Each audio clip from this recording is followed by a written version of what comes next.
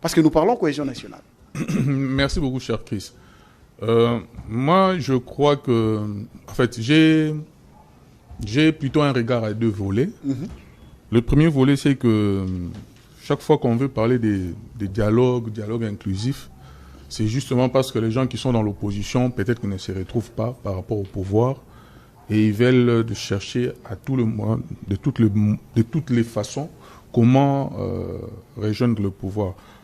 Je ne sais pas si on peut appeler ça une jurisprudence désormais dans mon pays, où quand quelqu'un est dans son mandat, il est en train de vivre, de réaliser sa vision, il faudra que les opposants se rallient même aux tueurs des Congolais pour créer des mouvements qui vont rappeler tout le monde autour d'une table pour qu'on s'assied encore sur la même table et qu'on fasse un peu ce que mon frère était en train de dire, trouver encore du carburant, parce qu'apparemment les gens se sont essoufflés.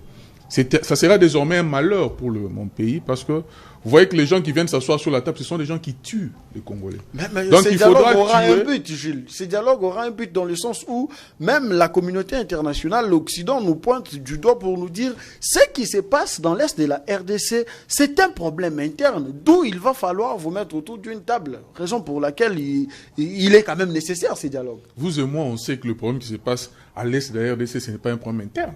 Nous savons que les prédations viennent d'ailleurs. Ce sont des appétits gloutons de nos ennemis qui avaient toujours orchestré des histoires. J'avais toujours dit ici sur cette table. Les bailleurs de fonds sont là-bas.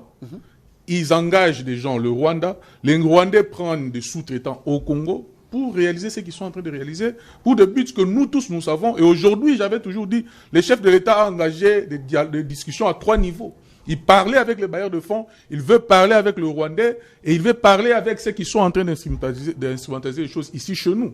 Alors, que vient faire encore Fayoulou, Katumbi et autres, alors que eux, leur place se trouve au niveau des élections. Il fallait participer aux élections, se trouver sa place, et être ce que vous voulez être, au lieu de venir chercher des chamboulements.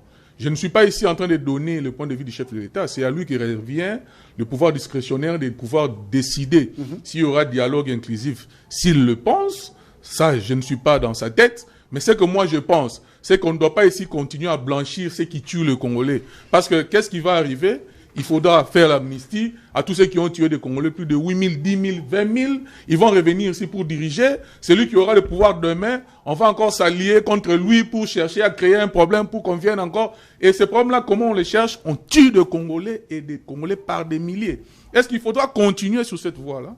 Moi, je crois que ce que le chef de l'État a trouvé comme solution aujourd'hui, c'est la meilleure. De pouvoir créer un grand contrat. Les contrats que nous appelons aujourd'hui du siècle avec les Américains, pour que désormais une sécurité soit amenée dans cette zone-là. Je crois que quand la sécurité sera faite dans cette zone-là, parce que c'est la zone la plus, riche actuellement de notre pays, dès qu'on mettra une sécurité, ce qui est assuré. Mais d'aucuns fustigent l'appel ou soit l'approche de l'Amérique dans cette crise dans l'Est, comme quoi là où l'Amérique est passée dans des crises pareilles, n'a jamais trouvé de solution. Pourquoi la RDC emboîte ses pas qui ne trouvera pas assez grande cause, entre guillemets, pour certains? C'est une accusation infondée. Je crois que des pays comme le Japon se sont développés avec les États-Unis. Les pays du pétrole, aujourd'hui, connaissent une ascension fulgurante avec les soutiens des États-Unis. Moi, je crois que c'est à vous, chez vous, vous qui êtes propriétaire de vos minéraux, de vos richesses, de pouvoir installer une politique qui va vous aider à sortir de votre situation de difficulté. Parce qu'ils viennent pour le business. Ils viennent pour le business seulement. Ils ne viennent pas pour, je ne sais pas, pour vous dorloter ou vous amener au dos. Non, ils viennent pour le business. C'est à vous de créer des mécanismes de contrôle et de suivi qui vont faire à ce que vous soyez sécurisés et que vous tirez gain de cause totalement de la coopération que vous allez faire avec ces pays-là. Donc moi, je crois qu'aujourd'hui, les chefs de l'État ont trouvé la clé. C'est pourquoi, d'ailleurs, vous avez vu que tous les autres commencent à accourir pour chercher à ce qu'il y ait un dialogue, pour que tout le monde essaie un peu de se retrouver, parce qu'ils se rendent compte que désormais, ce qui payait hier ne va plus, désormais ne va plus payer, parce que Cop est Koufi. Comme on dit chez les Kinois, Cop est Koufi. Donc maintenant que Cop est Ligné Koufa, il faut que nous aussi, on se retrouve déjà, pour que pendant que ce deal-là sera fait, que nous aussi, on ait déjà des positions. C'est qui, je ne pense pas, c'est comme ça que je dis. Moi, je ne soutiens pas l'idée du dialogue, mais je ne suis pas dans la tête du chef de l'État. S'il pense qu'il doit le faire en tant que garant du bon fonctionnement des institutions dans le pays. S'il peut le faire, il peut le faire. La toute dernière question, je vous la pose à vous. Donc nous avons besoin de votre avis.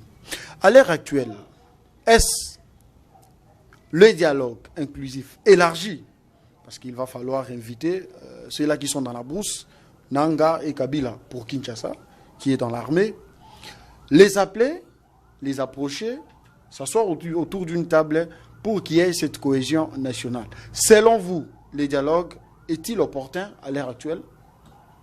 Mais j'étais en train de dire, si cher Chris, il n'est pas, à mon sens, le dialogue n'est pas opportun. Très bien. Parce que le problème, c'était l'Est du pays. Dès que l'Est sera sécurisé, je ne vois pas quel sera encore. Merci beaucoup. Bien, vous avez la parole.